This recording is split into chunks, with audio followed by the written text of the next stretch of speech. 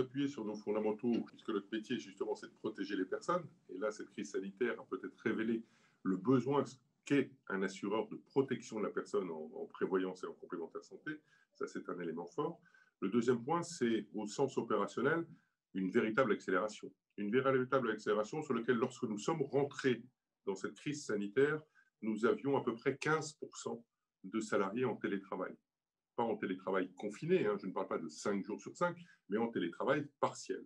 Nous allons sortir de cette crise dans une démarche sur laquelle, après tous les travaux qui ont été menés avec les instances représentatives du personnel, nous sortirons à la demande des salariés à 85% de collaboratrices et collaborateurs en télétravail. Donc, qu'est-ce que ceci nous fait nous transformer?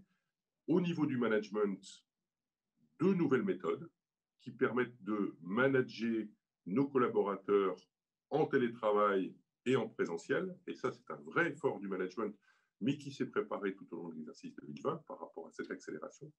Le deuxième point va être aussi peut-être une prise de conscience du risque cyber en matière d'attaque de nos systèmes d'information. Nous avons été épargnés jusqu'alors, pas de sujet au niveau Clédia, mais nous avons vu de grands opérateurs informatiques qui ont dû fermer leur boutique pendant une quinzaine de jours, des opérateurs de la logistique qui se sont fait attaquer pendant cette période.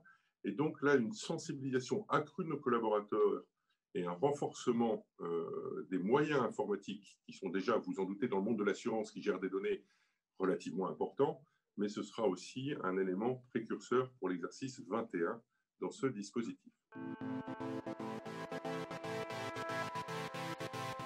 Alors concrètement, une raison d'être et une entreprise à mission, ce sont les objectifs, ce sont les indicateurs.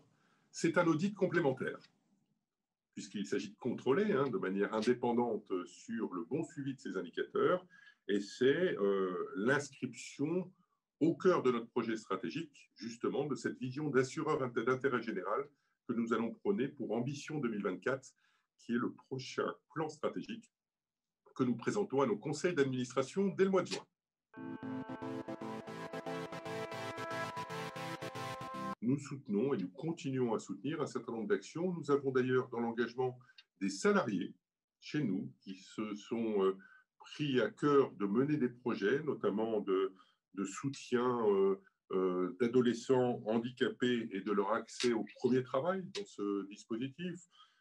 Nous sommes dans grande réflexion sur la thématique du grand âge face à la problématique des difficultés qui se sont révélées encore plus criantes pendant cette crise, notamment de tout ce qui est soins à domicile, portage de médicaments, portage de repas, vie sociale de nos aînés et des personnes en situation de dépendance.